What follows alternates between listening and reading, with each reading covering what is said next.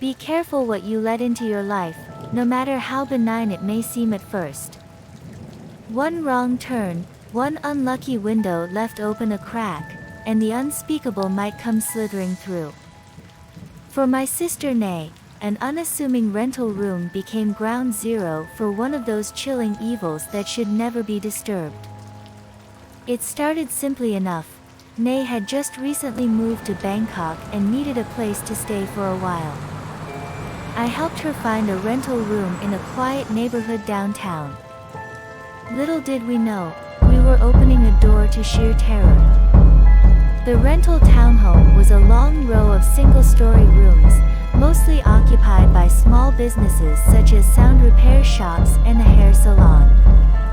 Nay settled into room 12, right next door to the salon run by Pim, a friendly middle-aged woman.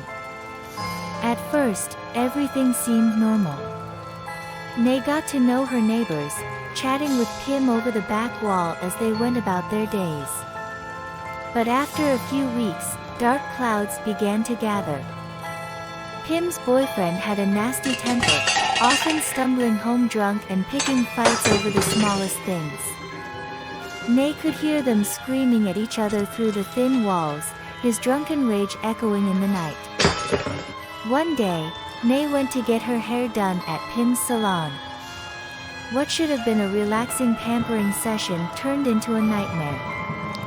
Pim's boyfriend burst in, accusing her of stealing his money. The fight grew so heated that Nay decided to skip the dye job and just get a trim.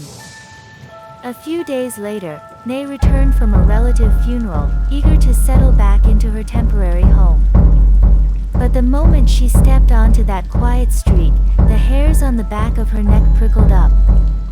An eerie silence hung in the air. As she passed a small group of drinkers in front of the corridor, her gaze fell upon the salon door. There, stark against the faded paint, were splatters of dried blood. A cold fist clenched around Nay's heart as a terrible feeling crept over her. She hurried inside her room, trying to shake off the dread. That's when she heard it, the unmistakable sound of a nearby door opening.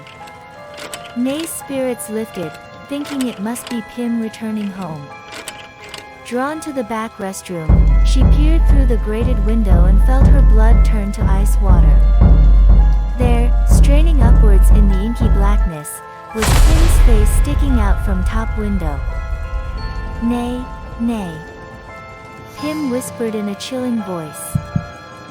"Yes? What is it?" Nay stammered. "Want to dye your hair? I'm free now." Pim's voice was laced with sorrow, an unmistakable plea for help. Dazed, Nay mumbled some excuse and fled outside, only to find the salon door still firmly locked from the inside. That's when the drinker pulled her aside and dropped a horrific bombshell. Pim was dead, murdered by her enraged boyfriend just days before.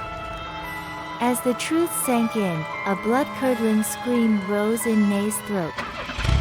By the time Nay came to her senses, she was fleeing into the night, putting as much distance as possible between herself and that place of unspeakable evil.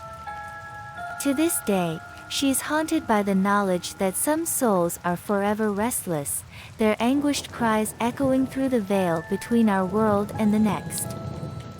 So keep those lights on at night, and hit that subscribe button for more real paranormal horror stories that will keep you awake long past midnight. You've been warned, the dead are restless.